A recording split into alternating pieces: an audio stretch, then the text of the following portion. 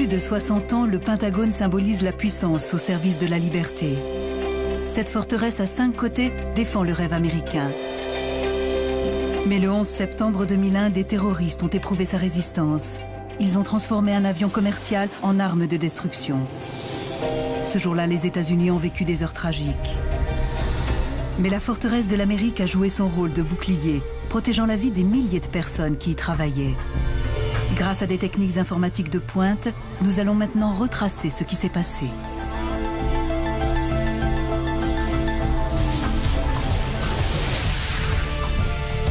Les catastrophes sont rarement le fruit du hasard. Elles résultent souvent d'un enchaînement d'événements malheureux. Aujourd'hui, dans la Minute de vérité, Pentagone, 9 septembre 2001.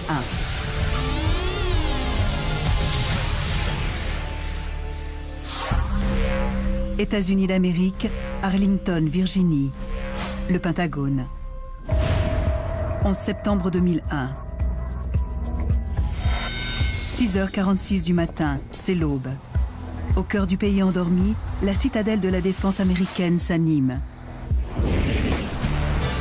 Bonjour, vous écoutez WTW, nous sommes le 11 septembre.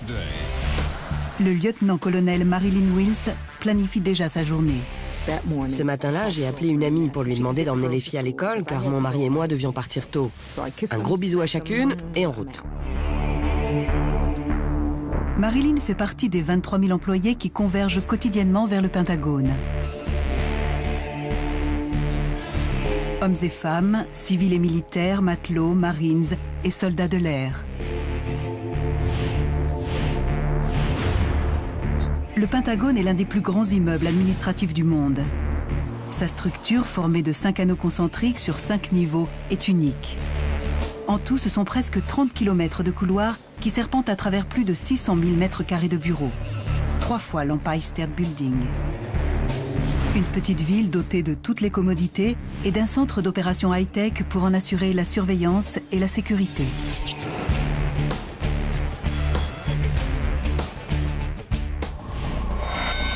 7 heures. Bobby Hogg, avocat du corps des Marines, arrive au Pentagone. J'avais rendez-vous pour le petit déjeuner avec le commandant second du corps des Marines. On s'est retrouvés aux messes des officiers, à la fraîche, comme disent les Marines. La journée commence tout aussitôt pour les voyageurs transcontinentaux de l'aéroport international de Washington Dulles. «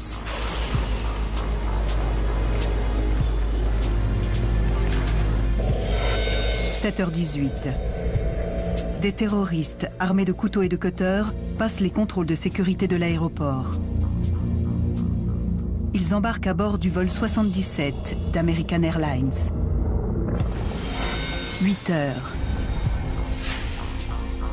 Les bureaux du Pentagone sont maintenant à pied d'œuvre. Marilyn Wills se met en route pour une réunion de service. Militaire de carrière depuis 20 ans, elle a été nommée responsable du personnel militaire et des relations avec le Congrès il y a 2 ans. Avec ma collègue, on a discuté des sujets que je voulais aborder à la réunion de mardi. Ensuite, je lui ai dit à plus tard et je suis allée à la salle de conférence. 8h20. Les contrôleurs aériens autorisent le décollage du vol American Airlines 77. American 77, votre fréquence de départ sera 125,05. Piste 3-0 dégagée. 125,05, piste 3-0 dégagée, American 77. L'avion emporte 53 passagers, 2 pilotes, 4 membres d'équipage et 5 hommes qui projettent un massacre. Parmi les passagers, il y a une famille de 4 personnes, un journaliste politique et 3 étudiants partis en voyage éducatif avec leurs professeurs, ainsi que 2 guides de la National Geographic Society. Les réservoirs de l'appareil contiennent assez de kérosène pour la traversée de 4220 km jusqu'à Los Angeles. 8h46. Ces images terribles sont retransmises en direct du World Trade Center. On nous annonce qu'un avion se serait écrasé sur l'une des 2 tours.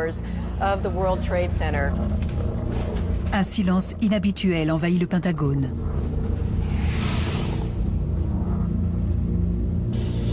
Tout le monde semble pétrifié par les événements de New York. John Yates est responsable de la sécurité au Pentagone.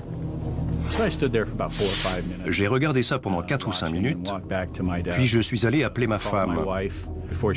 Avant de raccrocher, elle m'a dit « Chérie, fais-moi plaisir, reste sous ton bureau aujourd'hui. » J'ai rigolé et j'ai répondu « Compte sur moi, je t'aime. À ce soir. » Personne ne mesure encore vraiment la gravité de la situation. 8h50. Le vol American Airlines 77 est parti depuis 30 minutes. Il a atteint son altitude de croisière à 10 500 mètres et vient de traverser la frontière entre l'Ohio et le Kentucky. La tour de contrôle d'Indianapolis prend contact avec le pilote. American 77, direct Falmouth, dégagé. Direct Falmouth, American 77, merci. C'est la dernière communication du pilote. American 77, ici Indianapolis. Vous me recevez? American 77, ici Indianapolis. Vous me recevez? Aucune réponse. Les contrôleurs aériens s'inquiètent. Vous n'avez plus aucun contact? Non, pas de radio ni de signal radar. À cet instant, les informations de vol de l'appareil disparaissent de l'écran radar de la tour. Les contrôleurs ne savent plus où est l'avion. 8h54. À l'insu de tous, le vol American Airlines 77 a changé de direction. Il a fait demi-tour pour repartir à l'est. Au 3e étage du Pentagone, Bobby Hogg, Peter Murphy et un autre avocat discutent d'une affaire. 9h03. Un deuxième avion s'écrase sur le World Trade Center. Pour Bobby Hogg, il s'agit clairement d'une attaque terroriste. À ce moment-là, tout le monde sait ce qui se passe. Il est temps de réagir, de faire quelque chose. Nous sommes au Pentagone, au siège de la Défense nationale. Je dis à mon secrétaire, appelez la sécurité, demandez quel est le niveau d'alerte. Ils regardent tous la télé et personne ne surveille le bâtiment. Que se passe-t-il? Le caporal est revenu en m'annonçant un niveau d'alerte normal. J'ai dit, quoi? Impossible. Quelques secondes plus tard, la sécurité du bâtiment est renforcée. La tension monte au sein du Pentagone. Dans son bureau du rez-de-chaussée, le lieutenant Kevin Schaefer est vissé à sa télévision. Je n'arrivais pas à me concentrer sur mon travail. J'étais debout derrière mon bureau et je me souviens être resté là à regarder les événements. Certains collègues essayaient d'appeler leurs conjoints. Ils avaient besoin de partager leur détresse. Le Pentagone fait partie des cibles potentielles et la crise nationale se rapproche. Alan Wallace est l'un des 3 pompiers de la caserne du Pentagone. Ce matin-là, il vérifie les camions. Le président Bush est attendu à midi. 9h30. Alan reçoit un appel de son supérieur. Campbell m'a informé que le gouvernement considérait ça comme une attaque terroriste. Il m'a dit qu'il fallait s'attendre à quelque chose de similaire à Washington et que si ça se produisait, ce serait notre camion qui interviendrait. Marilyn Wills est toujours en réunion.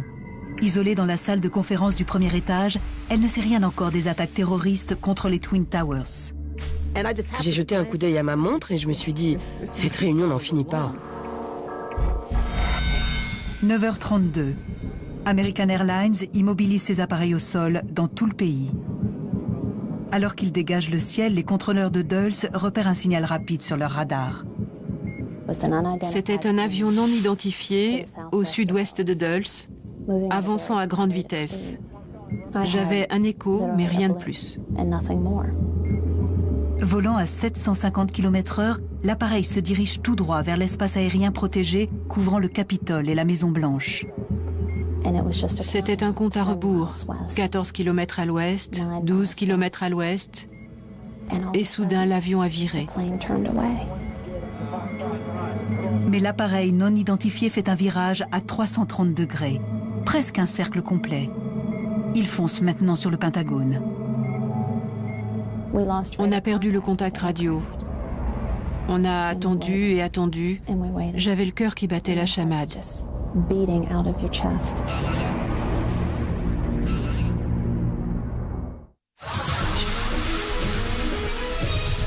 11 septembre 2001. 2 avions de ligne viennent de s'écraser sur les Twin Towers.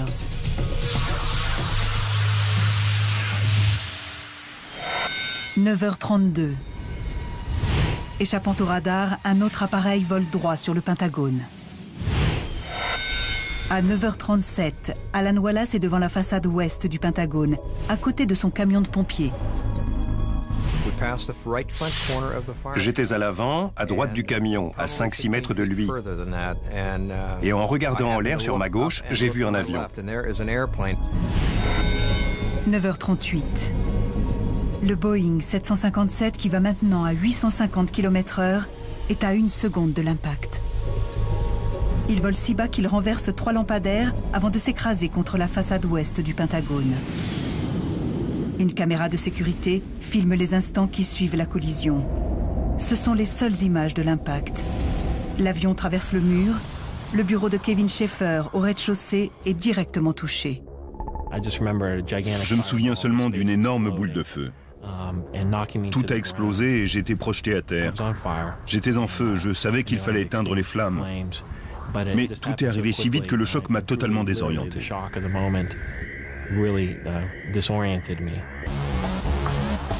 John Yates et Marilyn Wills sont au premier étage, juste au-dessus de la zone d'impact. Autour de moi, tout est devenu instantanément brûlant, comme dans un four. Et je sentais les sprinklers m'arroser le dos.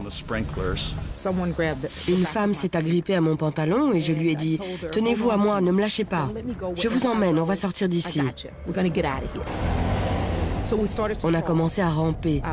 Je passais en premier avec la civile derrière moi. Je ne savais pas qu'il y avait encore plusieurs personnes derrière elle, parce qu'on n'y voyait rien du tout. Je ne voyais même pas mes mains devant moi. C'était noir de fumée. La femme derrière moi a tiré sur mon pantalon en disant qu'elle ne pouvait pas continuer, que la fumée était trop dense et que ça lui faisait mal quand elle respirait. J'avais mon pull d'uniforme que j'imbibais avec le liquide qui coulait du plafond pour l'aspirer et apaiser ma bouche en feu. Je le lui ai passé en disant « Aspirez le liquide mais ne l'avalez pas, recrachez-le ».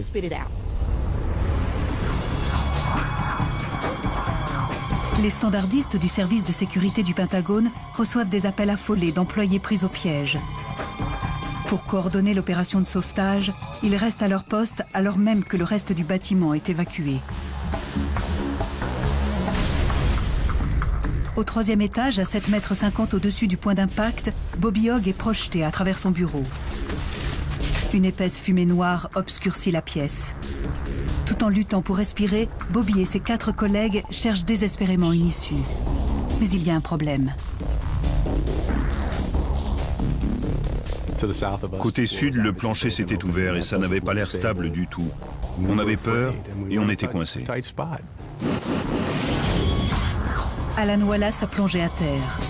Il n'a que des égratignures et des brûlures sans gravité. L'explosion a mis feu à son camion, pourtant il n'hésite pas à braver les flammes pour aller appeler des renforts. Fort Myers Rescue Engine 161 responding. 75-63 au rapport. Un avion a percuté le Pentagone. 9h40. Tout autour du Pentagone, la circulation est bloquée. Les équipes de secours doivent se forcer un passage jusque dans la zone sinistrée. Kevin Schaefer est à moitié asphyxié par la fumée. Mais alors qu'il rampe au milieu des débris brûlants et des flammes, il repère une issue.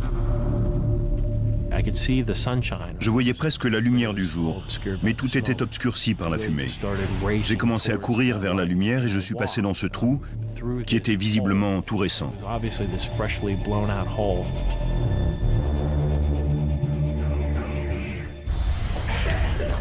Mais au premier étage, Marilyn Wills est toujours coincée.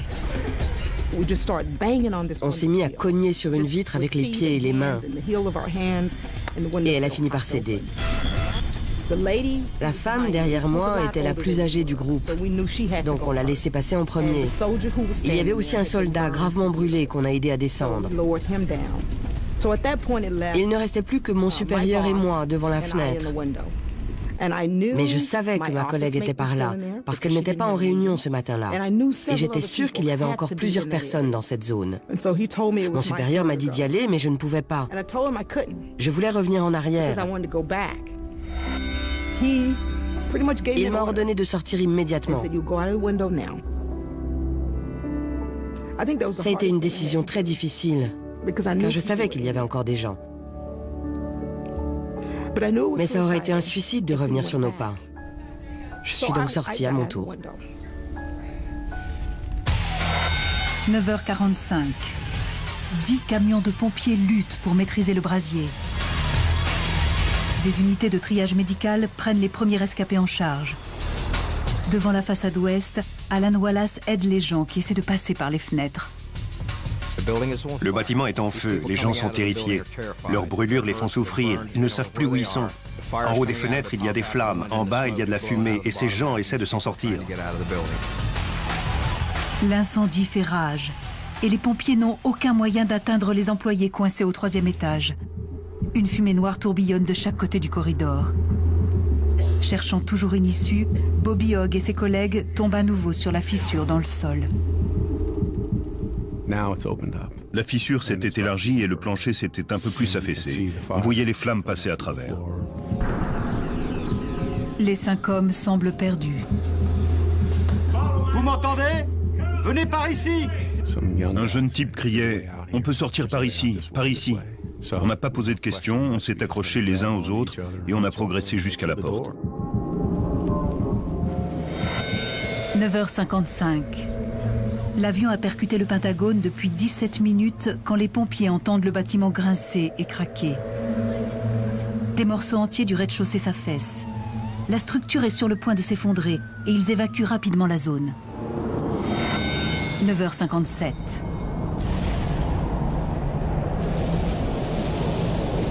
19 minutes après l'impact, un pan de bâtiment de 23 mètres s'effondre. Pendant 10 interminables minutes, les pompiers attendent l'autorisation de reprendre leur travail de sauvetage. Par miracle, Kevin Schaeffer, Marilyn Wills, John Yates et Bobby Hogg sont tous sortis à temps. Les rescapés sont aussitôt emmenés aux urgences par hélicoptère et en ambulance.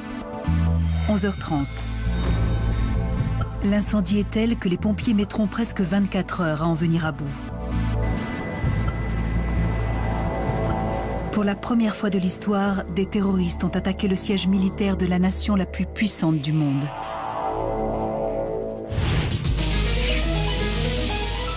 Nous allons maintenant rembobiner le cours de cette journée et suivre le travail des enquêteurs pour vous révéler ce qui s'est passé.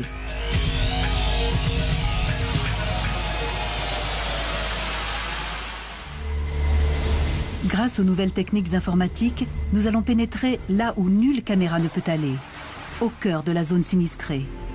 Cet acte terroriste a coûté la vie à 184 personnes, 59 passagers et membres d'équipage de l'avion et 125 employés du Pentagone. Près de 23 000 personnes travaillent quotidiennement au Pentagone. Lorsque le Boeing a percuté le bâtiment à 850 km/h, il contenait 20 000 litres de kérosène. Après une explosion d'une force équivalente à celle de presque 500 kg de TNT, il est étonnant qu'une seule petite section de la structure se soit effondrée. Si les enquêteurs parviennent à comprendre pourquoi les dégâts ont été aussi limités, ils pourront mieux protéger les gratte-ciel d'Amérique et du reste du monde. Le FBI investit les lieux, tandis que le génie civil américain réunit une équipe de 6 ingénieurs structurels et en sécurité incendie pour étudier les dommages. Mais avant d'examiner le bâtiment lui-même, les experts doivent reconstituer l'angle de vol pour découvrir comment l'avion est entré dans le Pentagone. Ils commencent par écouter les enregistrements du contrôle aérien. 78 minutes avant l'impact, le vol American Airlines 77 est autorisé à décoller de l'aéroport international de Washington Dulles. Votre fréquence de départ sera 125.05, piste 3.0 dégagée. 125.05, piste 3.0. Ces enregistrements montrent que pendant 31 minutes, le Boeing 757 a suivi son plan de vol et communiqué avec les contrôleurs aériens. 44 minutes avant l'impact, Les données de la boîte noire indiquent que l'appareil amorce un virage à 180 degrés pour repartir à l'est, en survolant la Virginie.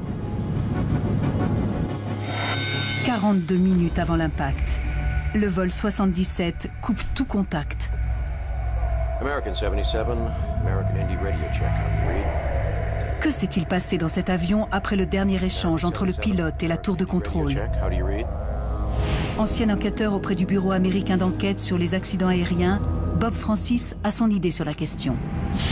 À 8h50, il n'y a aucun problème. À 8h56, les pirates contrôlent l'avion. Leur tout premier geste a certainement été d'éteindre le transpondeur.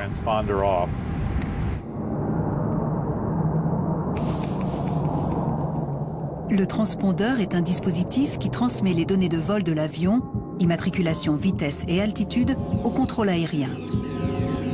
Une fois ce système éteint, le vol American Airlines 77 n'est plus qu'un petit signal sur l'écran radar. Ils ne savaient plus lequel des appareils visibles sur le radar était le vol 77. Ils avaient perdu l'avion. L'appareil peut ainsi voler pendant 36 minutes à l'est, vers l'espace protégé aérien de Washington, D.C., sans se faire repérer par les contrôleurs aériens. Le problème, c'est qu'ils le cherchaient à l'ouest, parce que c'était la destination initiale du vol et qu'ils pensaient qu'il allait continuer dans la même direction. 6 minutes avant l'impact. Soudain, à Washington, le contrôleur aérien Daniel O'Brien repère un écho qui se déplace rapidement vers la Maison-Blanche. Mais il disparaît presque aussitôt. 4 minutes avant l'impact. La boîte noire confirme que l'avion a commencé à piquer. Plongeant de 670 mètres et virant à 330 degrés pour s'aligner sur le Pentagone, il accélère jusqu'à 850 km/h.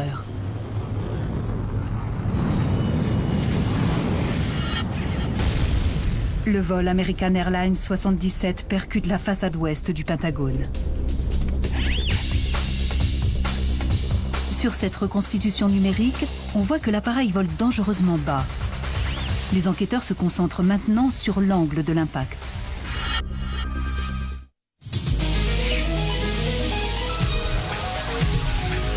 Contrôlé par les 5 terroristes, l'avion d'American Airlines vient de s'écraser contre le rez-de-chaussée du Pentagone.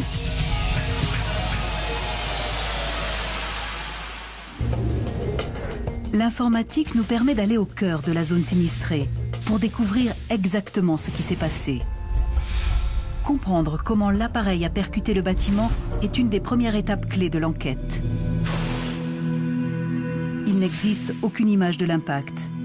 Ce film provient d'une caméra de sécurité qui se déclenche une fois par seconde. Mais à 850 km/h, l'avion a heurté le bâtiment entre 2 clichés. Il manque donc la seule image qui pourrait réellement aider les enquêteurs, celle de l'impact lui-même. L'ingénieur structurel Aline Kilsheimer a été l'un des premiers experts sur les lieux. Au début, je ne savais pas comment ça s'était passé. Aline s'intéresse au point d'entrée de l'appareil. Il y avait des marques sur les briques à l'endroit où l'aile droite s'était enfoncée. L'avion était donc incliné avec l'aile droite plus haute que la gauche. 9h38. L'avion entre en biais. L'aile droite heurte la dalle d'acier et de ciment du premier étage et se brise. Mais qu'en est-il de l'aile gauche? Les enquêteurs font une autre découverte. Juste devant le trou à gauche, ils trouvent des débris d'aile enterrés à près d'un demi-mètre sous terre. Ils savent désormais comment l'appareil a percuté le Pentagone. Le Boeing approche du mur ouest en diagonale, presque parallèlement au sol. Mais une seconde avant l'impact, il se penche très légèrement sur la gauche. Au moment de l'impact, le dessous de l'aile gauche et le moteur touchent le sol, presque à l'instant où le nez emboutit le bâtiment. C'est une information importante, car l'angle d'entrée détermine le parcours de l'avion à l'intérieur.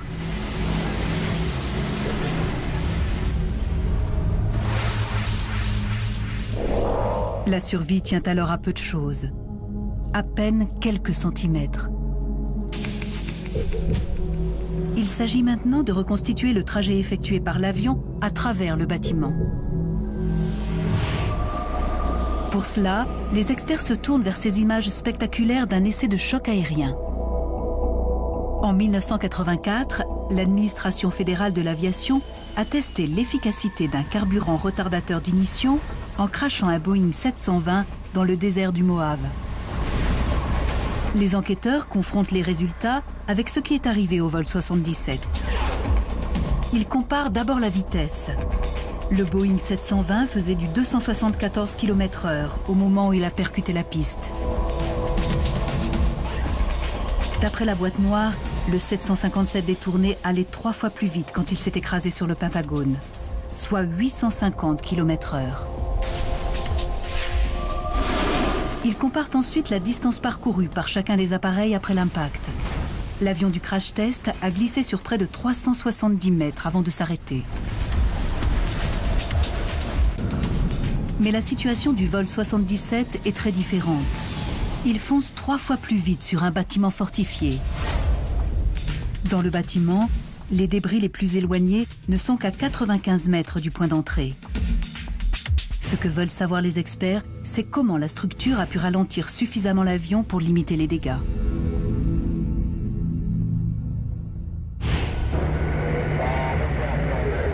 Pour le découvrir, ils vont étudier les décombres du rez-de-chaussée. En cette nouvelle ère de terreur, les ingénieurs ont besoin de comprendre comment mieux protéger les immeubles administratifs des attaques terroristes. L'avion s'est écrasé contre le Pentagone avec une telle force qu'il a arraché la plupart des piliers de béton sur 20 mètres, puis sur 30 mètres. Mais presque à 50 mètres à l'intérieur de l'édifice, les piliers bien qu'endommagés sont encore debout. Les enquêteurs commencent à voir assez précisément ce qui s'est passé. En fait, l'avion s'est désintégré en traversant le bâtiment. Voici l'impact.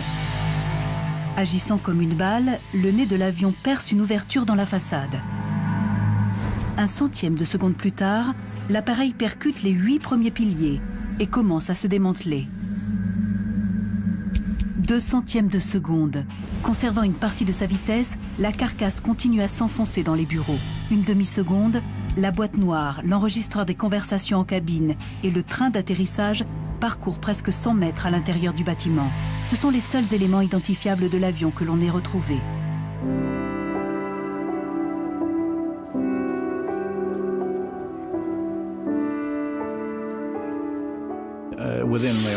Dans le service où je travaillais, 24 personnes sont mortes ce jour-là. 3 dans mon propre bureau, mon chef et 2 collègues, et 21 de mes amis. L'avion traverse les bureaux du rez-de-chaussée juste sous les pieds de John Yates et de ses collègues. Mais près des 2/3 des victimes ont succombé aux flammes et aux fumées toxiques. Expert en sécurité incendie, Tom Stanton a évalué la résistance du bâtiment. Ces forces ont repoussé les débris en piles à travers le bâtiment. Et ça a brûlé.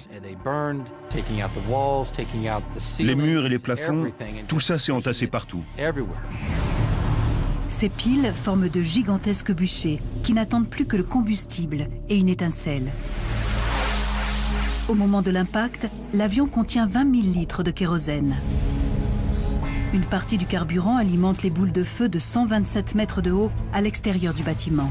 Mais le reste pénètre à l'intérieur avec l'appareil à une vitesse de presque 240 mètres par seconde. Le liquide inflammable est pulvérisé partout autour, y compris sur les piles de débris. John Yates est au premier étage. J'avais mes lunettes sur la tête. Et quand je les ai enlevées, j'ai cru qu'elles étaient couvertes de sang. En fait, c'était du kérosène. Stan Ames est un scientifique. Il étudie le comportement du feu. Imaginons un peu l'intérieur de ce bâtiment, soudain saturé d'une fine vapeur de kérosène, puis envahi par des flammes qui font tout sauter. En un instant, l'air frais laisse la place à une chaleur intense. Ce type de réaction combustible-air est utilisé pour fabriquer des bombes conçues pour exploser, supprimer l'oxygène de l'atmosphère et produire des conditions mortelles. Les employés qui ont survécu à l'impact initial sont maintenant confrontés à des conditions extrêmes. Quand on avalait, on sentait ses poumons se gonfler et se rétracter, et on n'y voyait rien avec la fumée.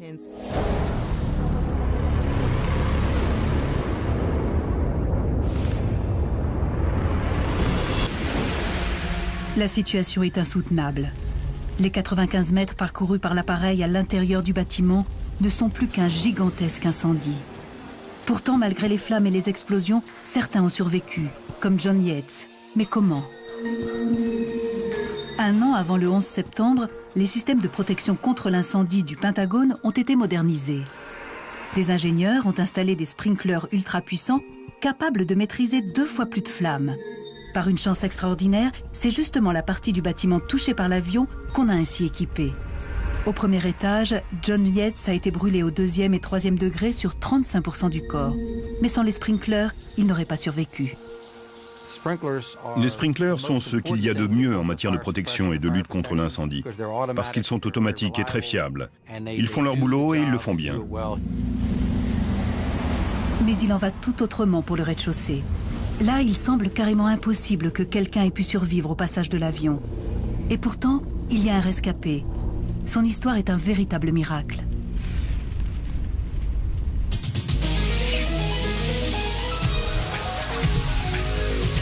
Après le crash du vol American Airlines 77, l'aile ouest du Pentagone est en proie aux flammes.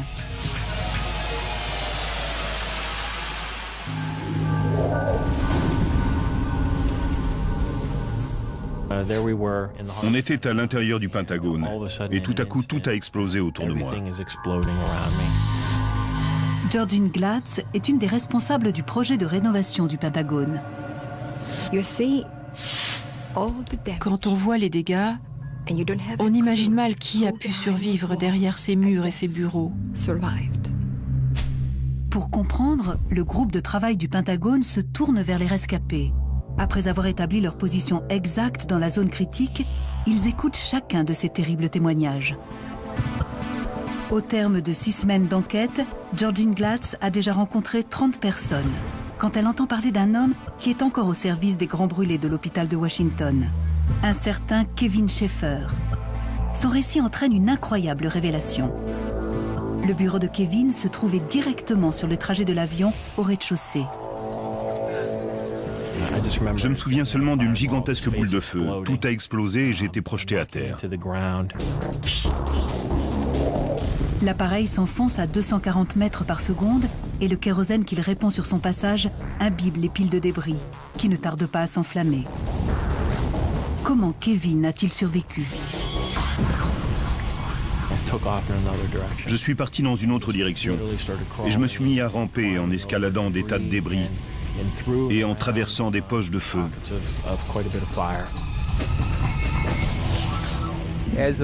En pénétrant dans le bâtiment, l'avion se comporte comme un obus géant. C'est presque comme si on faisait exploser quelque chose dans une carrière de roche. On a plusieurs détonations à quelques millisecondes d'écart.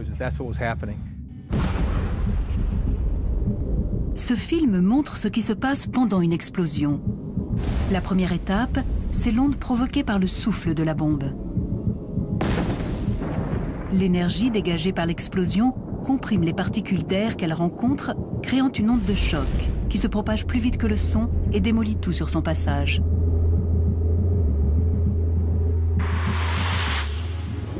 Grâce à cette reconstitution numérique des millisecondes suivant l'impact, nous pouvons observer le déplacement de l'onde de choc au rez-de-chaussée du Pentagone. Au moment où l'appareil entre dans le bâtiment, plusieurs explosions se produisent à quelques millisecondes d'écart. Elles déclenchent des ondes de choc qui suivent la voie de la moindre résistance, rebondissant sur les surfaces solides et se propageant de façon chaotique à travers les bureaux. Kevin Schaefer échappe de justesse à ces ricochets. À quelques centimètres près, le souffle de l'explosion l'aurait heurté de plein fouet. Si j'avais perdu conscience, je ne crois pas que j'aurais pu survivre. Je serais sûrement mort. Les ondes de choc ouvrent un trou dans le corridor. Pour Kevin, c'est la seule issue. Il parvient à fuir en rampant encore sur 28 mètres. Brûlé sur 42% du corps, il fera 2 malaises cardiaques à l'hôpital. Le comportement erratique des ondes de choc s'explique par l'architecture unique du bâtiment.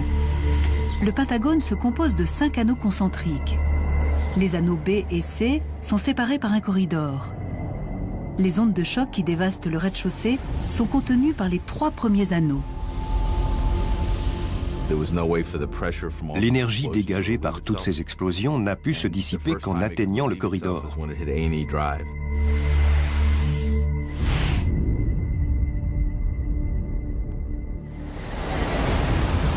Au final, la zone détruite par l'explosion ne représente qu'une petite section des 600 000 mètres carrés de bureaux.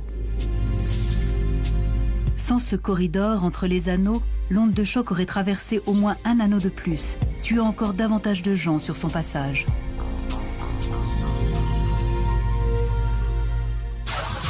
Mais le Pentagone a d'autres particularités qui ont permis de sauver des vies. Pour les découvrir, il nous faut revenir au moment de l'impact. Marilyn Wills et ses compagnons rampent à travers le premier étage pour fuir. Ils sont juste au-dessus de la zone du crash. Les piliers de béton ont été pliés et arrachés. Mais par extraordinaire, l'étage va encore tenir 19 minutes avant de s'effondrer. La chaîne humaine profite de ces instants précieux pour atteindre une fenêtre. Les experts tentent désormais de comprendre comment, après avoir été percuté par un avion à 850 km/h, cette partie du bâtiment ne s'est pas disloquée dès l'impact.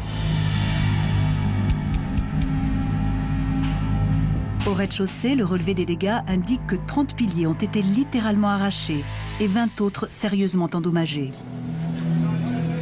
Les ingénieurs sont perplexes. Avec tant de piliers détruits ou abîmés, comment le bâtiment a-t-il pu rester debout? La réponse remonte à 1941.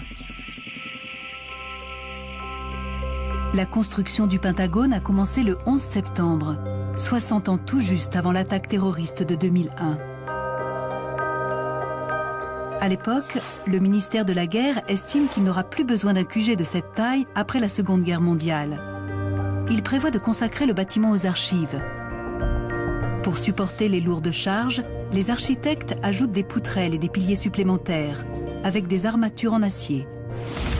Après l'attaque terroriste, l'ingénieur Aline Kilsheimer, chef du chantier de reconstruction, a reproduit à l'identique le système de piliers et de poutrelles conçu en 1941. Si vous faites exploser ce pilier, la poutrelle se dira qu'il n'y a plus rien pour la soutenir et elle se laissera tomber le long de l'armature en acier jusqu'au pilier suivant pour s'y appuyer. Et c'est parce que ces barres ont été doublées qu'une telle chose est possible. Kilsheimer a bien étudié la question. Chaque pilier contient une armature en acier qui va du plancher au plafond. Ça permet d'empêcher les barres de se tordre vers l'extérieur tout en contenant le béton à l'intérieur de la cage. Les forces dévastatrices qui se sont déchaînées au rez-de-chaussée ont détruit 50 piliers sur leur passage. Et c'est l'armature d'acier des piliers restants qui a maintenu le bâtiment debout. Ce n'est plus comme ça aujourd'hui. Là, si une barre casse, la structure tient quand même le coup. Dans un bâtiment moderne, si une ou deux barres cassent, le pilier explose. Mais les plans de 1941 avaient une autre spécificité, elle aussi providentielle. 3 minutes après l'explosion, Bobby Hogg et ses collègues du 3e étage aperçoivent une fissure dans le plancher. Je suis passé par-dessus le joint de dilatation qui divisait notre bureau. C'est là que j'ai réalisé que le bâtiment était sur le point de s'effondrer. Parce qu'il était clair que le joint avait lâché et que le sol s'était ouvert en deux. L'explication ? Les architectes du Pentagone l'ont doté de ce qu'on appelle des joints de dilatation. Ces joints accompagnent les mouvements de dilatation et de contraction de l'édifice au fur et à mesure des saisons. Ils permettent aux pièces de se dilater sous la chaleur estivale et de se contracter dans le froid hivernal. Grâce à eux, le Pentagone réagit comme plusieurs bâtiments indépendants. Le 11 septembre, le joint de dilatation de l'aile ouest a donc protégé le reste de la structure, sauvant ainsi des vies. 19 minutes après l'impact.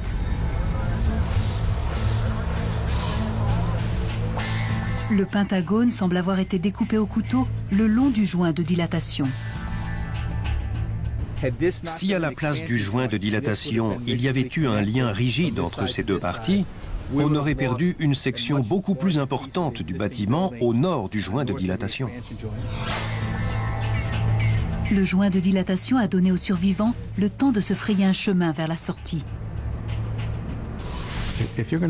Si vous étiez amené à vivre ce genre de cauchemar, il n'y a pas de meilleur endroit que le Pentagone pour s'en sortir. J'espère que vous n'aurez jamais à faire un tel choix, mais si ça devait arriver, choisissez le Pentagone.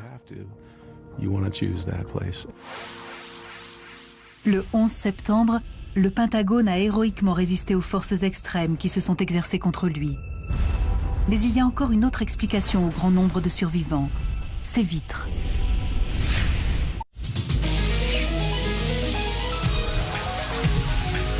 Une caractéristique de plus qui a permis au bâtiment de mieux supporter l'attaque terroriste qu'on aurait pu le craindre. Au moment où l'avion percute l'aile ouest, Bobby Hogg regarde par la fenêtre et voit une boule de feu envelopper l'édifice. Pourtant, il n'est pas touché par les flammes. Pourquoi? La réponse est juste sous ses yeux, la vitre. Si en 2000, quelqu'un était venu me dire « Il faut mettre des vitres anti-explosion à vos fenêtres », je lui aurais ri au nez. Des vitres anti-explosion, pourquoi faire? Finalement, elles ont été bien utiles. En 1995, l'attentat à la bombe d'Oklahoma a fait 168 victimes.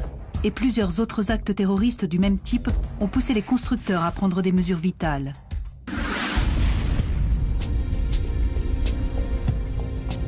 Les ingénieurs ont proposé diverses innovations, dont des vitrages plus résistants. Partout où il y avait des vitres anti-explosion, les gens ont pu s'échapper, en particulier dans les étages supérieurs.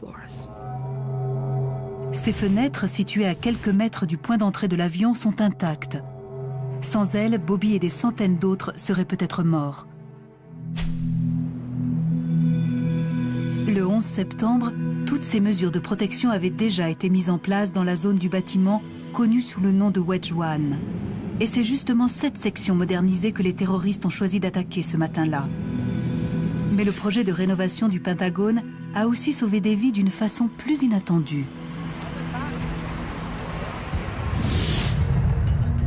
L'avion est entré d'abord en diagonale dans la section Wedge One. Puis il a continué son œuvre de destruction dans une autre section, Wedge 2. En temps normal, 5000 personnes y travaillent.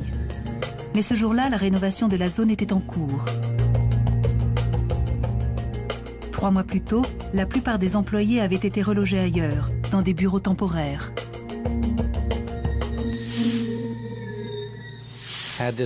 Si ça s'était passé dans une autre partie du bâtiment, les pertes auraient été jusqu'à 10 fois plus importantes. La catastrophe aurait été comparable à celle de New York. Les enquêteurs sont enfin à même de retracer l'enchaînement tragique des événements.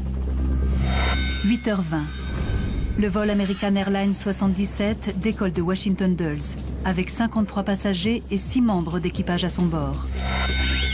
8h56. Les pirates de l'air éteignent le transpondeur de l'appareil et les contrôleurs aériens perdent tout contact avec l'avion. 9h38. Le Boeing 757 percute le rez-de-chaussée du Pentagone. En quelques millisecondes, l'avion commence à se désintégrer. Le kérosène est projeté dans tout le bâtiment. Le trajet bref mais meurtrier de l'appareil s'accompagne d'explosions et de violents incendies. 9h39. Avec ses joints de dilatation et ses vitres anti-explosion, la structure de 1941 résiste à l'impact, permettant à de nombreuses personnes d'échapper à la mort. 9h57.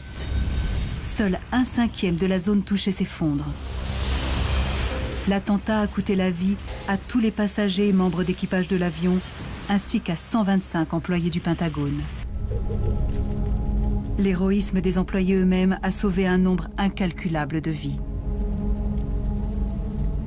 Qu'il soit dans l'armée de terre, l'armée de l'air ou les Marines, un militaire n'abandonne jamais ses camarades derrière lui. Cette femme qui s'est agrippée à mon pantalon, je crois que c'est la meilleure chose qui me soit arrivée ce jour-là. Je n'essayais plus de sauver Marilyn Wills, mais cette femme et tous les gens qui la suivaient.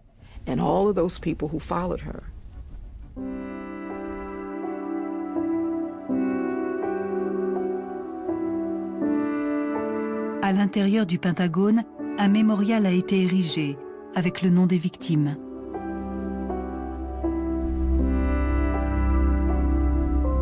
Tous les militaires blessés pendant la catastrophe ont reçu la prestigieuse médaille Purple Heart. L'attentat a changé notre façon de penser, de voyager et de concevoir des immeubles.